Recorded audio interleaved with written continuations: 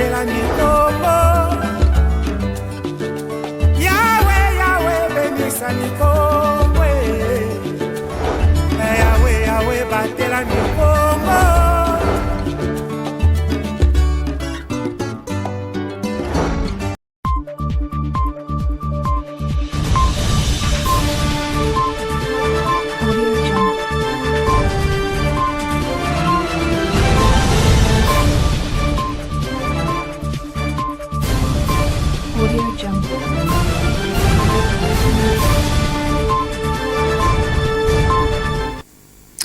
Très bon week-end chez vous, mesdames, messieurs. Merci de nous rejoindre dans ce nouveau journal sur les antennes de ma bannière télévision.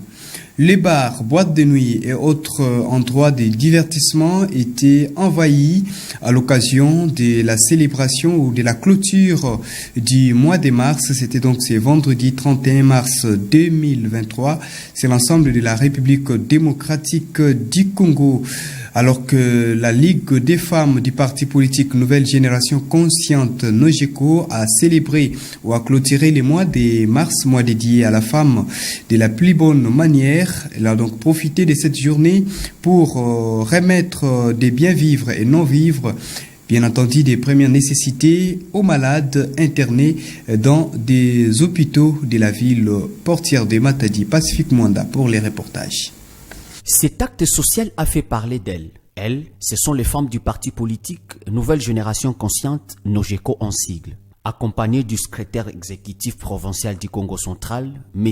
Ngaline Zembele, la Ligue de femmes, dirigée par Madame Patience Matiangani, a procédé à la cérémonie de remise de biens de première nécessité aux accouchés et aux malades hospitalisés dans quelques formations hospitalières, notamment Saint-Gérard et les centres de santé de référence d'Mvouzi, ex-Bobiladawa, dans la commune d'Mvouzi à Mikondo. À la maternité Mamambewa, celle du centre de santé de référence d'Mvouzi et à la pédiatrie, ils ont reçu leurs petits colis constitués du sucre et des savons. Idem pour l'hôpital Saint-Gérard. Je suis très contente de cet acte que vous avez posé en notre faveur. Que Dieu vous bénisse abondamment. Nous souhaitons que vous le fassiez aussi aux autres. Que Dieu vous bénisse.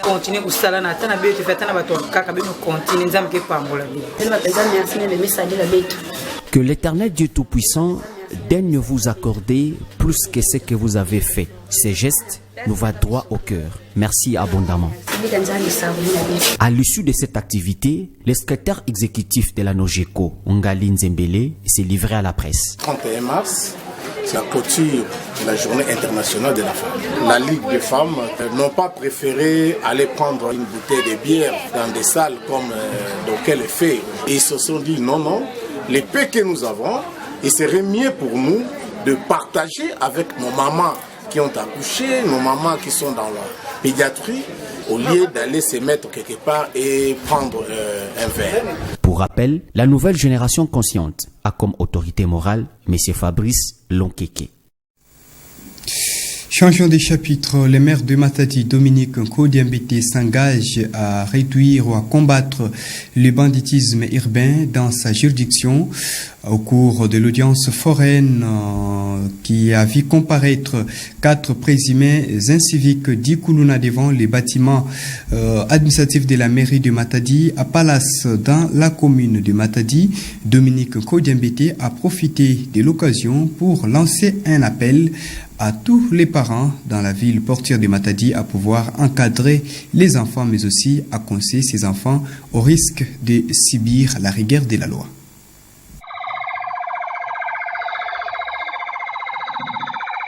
Ces présumés criminels au nombre de 4 ont reproché des actes tels que association des malfaiteurs, vol qualifié à l'aide de la violence et armes blanches, ont comparu ce mercredi 29 mars 2023 dans une audience foraine devant les bâtiments de la mairie de Matadi, laquelle audience marquée par la présence des autorités politico-administratives, dont le maire de la ville, Dominique Nkodiambete.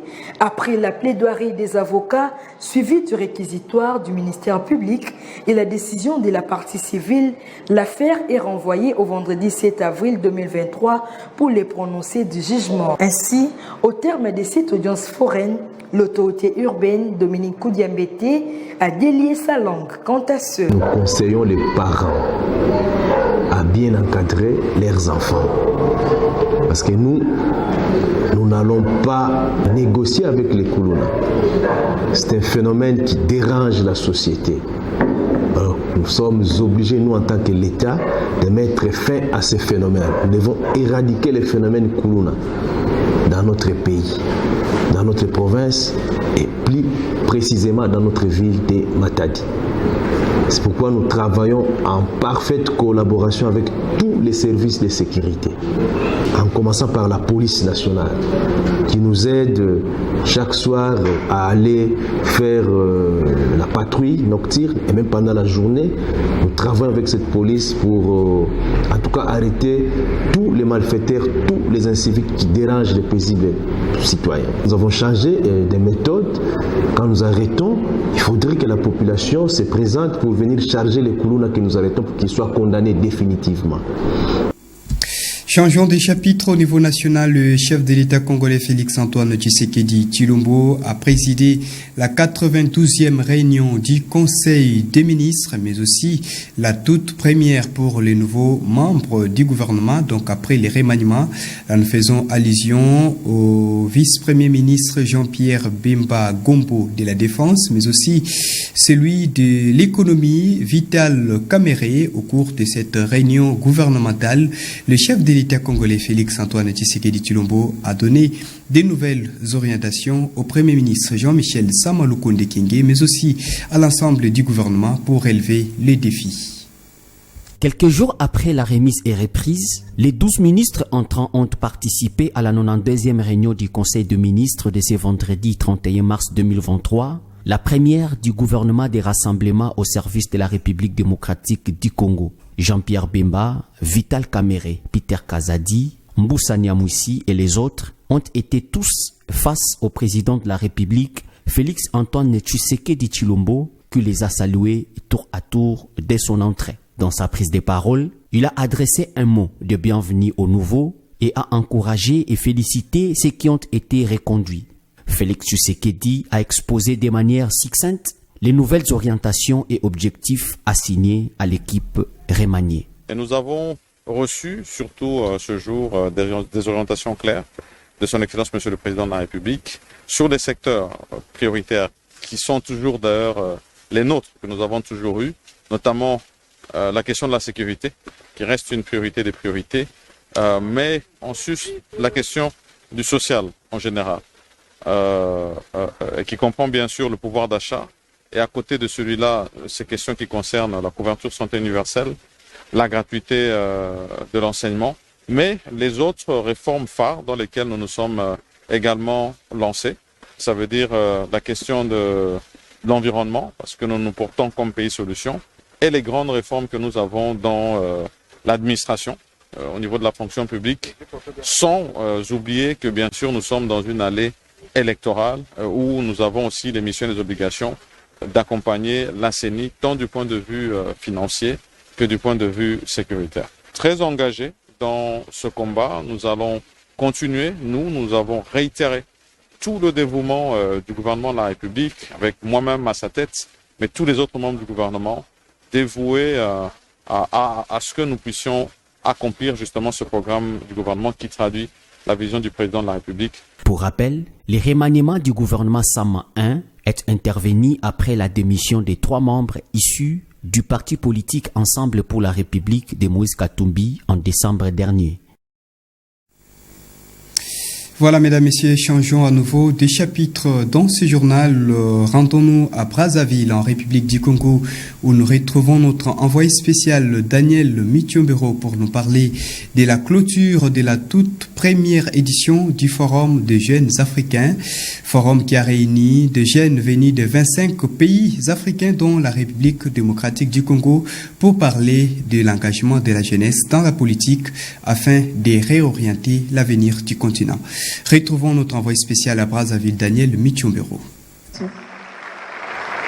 L'engagement politique de jeunes, investir en Afrique, intégration africaine en route vers l'agenda 2063 sont entre autres les thèmes abordés ce vendredi. Basés sur ces expériences, la sénatrice congolaise Francine Muyumba a partagé avec l'assistance sur comment contourner les défis sur la vie politique en Afrique. Muyumba a profité de l'occasion pour lancer un message de solidarité africaine envers la RDC. Je m'attache plus à la jeunesse congolaise actuellement parce que je fais la politique interne maintenant.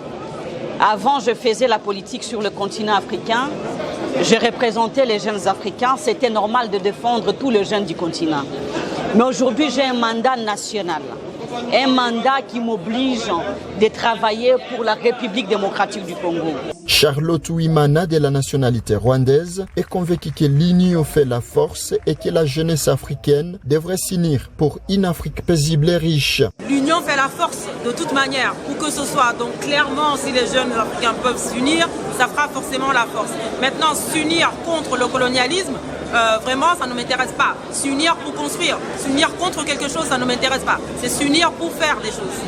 Et ensuite, ça sera peut-être la fin de ces problématiques-là comme un résultat. Oumarou Aliou, ancien président de l'Union panafricaine de la jeunesse, est revenu sur la question sécuritaire en RDC. Il a par cette occasion appelé les jeunes africains au soutien aux jeunes congolais en guerre depuis plusieurs années. La sécurité en RDC, parce que pour moi, la jeunesse africaine doit être solidaire. Pour moi, c'est inconcevable qu'il y ait une sécurité grandissante dans le Sahel, notamment au Niger, au Mali et au Burkina, et en RDC particulièrement, et que des jeunes des pays voisins ne puissent pas se sentir concernés. Pour moi, au lieu que des Occidentaux débarquent dans nos pays pour, soi-disant, aider nos pays à se protéger, c'est à notre jeunesse, c'est à nos pays d'être davantage solidaires pour lutter contre l'insécurité dans nos pays. Depuis Brazzaville, Daniel Michombero, Ma Bannière Télévision.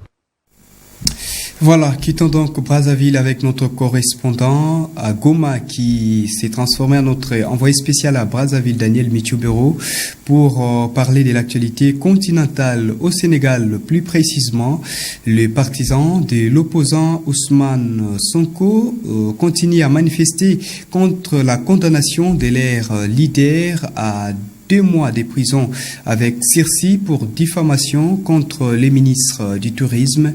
Ces partisans d'Ousmane Sonko qualifient cette décision de fantaisiste, mais aussi de sans soubassement pour pouvoir barrer la route de la présidentielle à leur leader contre Macky Sall, avec qui ils seront en course. Les détails, c'est dans cet élément de nos confrères de TV5 Monde. La journée avait commencé sous haute surveillance policière avec des magasins fermés et même quelques grenades lacrymogènes tirées autour du domicile d'Ousmane Sonko. Ça se passe comme ça à Dakar quand la justice convoque l'opposant du mouvement PASTEF. Finalement, ce jeudi, après 3 renvois, le tribunal a rendu son jugement dans la plainte pour diffamation intentée par le ministre sénégalais du Tourisme, Mamba Niang. Ousmane Sonko est condamné à 2 mois de prison avec sursis et 200 millions de francs CFA d'amende.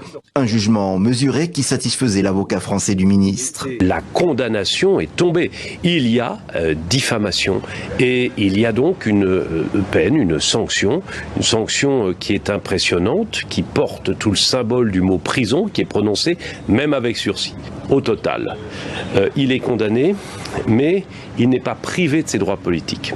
Au total, la liberté de parole est préservée, mais elle est cadrée. Pourtant, un peu plus tard, les avocats du ministre ainsi que le parquet ont fait appel du jugement. Si l'opposant farouche au président Sall ne perd pas son éligibilité pour le moment, cela pourrait changer. Et c'est un point crucial car Ousmane Sonko s'est déjà déclaré candidat à l'élection présidentielle de 2024. Cette fois, il ne s'est pas rendu au palais de justice, mais l'audience a été tendue. La défense a même quitté les lieux pour protester, entre autres, contre le refus d'un nouveau renvoi et aussi l'interdiction d'entrer sur le territoire d'un nouvel avocat venu de Paris, le médiatique Juan Branco. Au PASTEF, on se dit une fois de plus déçu par la justice. La question, c'est pas l'éligibilité ou non du président Ousmane Sonko, mais c'est les questions de justice, de démocratie. et on se bat pour ça. Notre projet est fondé sur ça. Même si c'était une condamnation d'une journée et de 10 francs CFA, c'est pas ça le problème. Aujourd'hui, c'est comme si on laissait de côté le supposé voleur pour condamner celui qui crie au voleur, ce qui est très, très, très dommage. L'horizon judiciaire reste donc menaçant pour Ousmane Sonko, avec cette affaire qui doit être rejugée, mais aussi celle qui concerne les accusations de viol et menaces de mort à l'encontre d'Adji Sarr, une source de tension qui avait créé des émeutes meurtrières en mars 2021.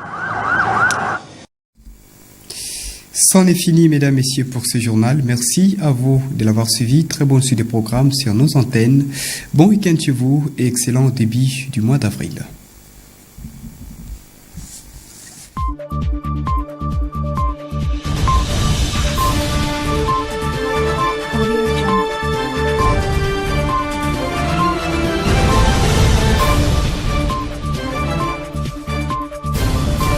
Audio Jungle.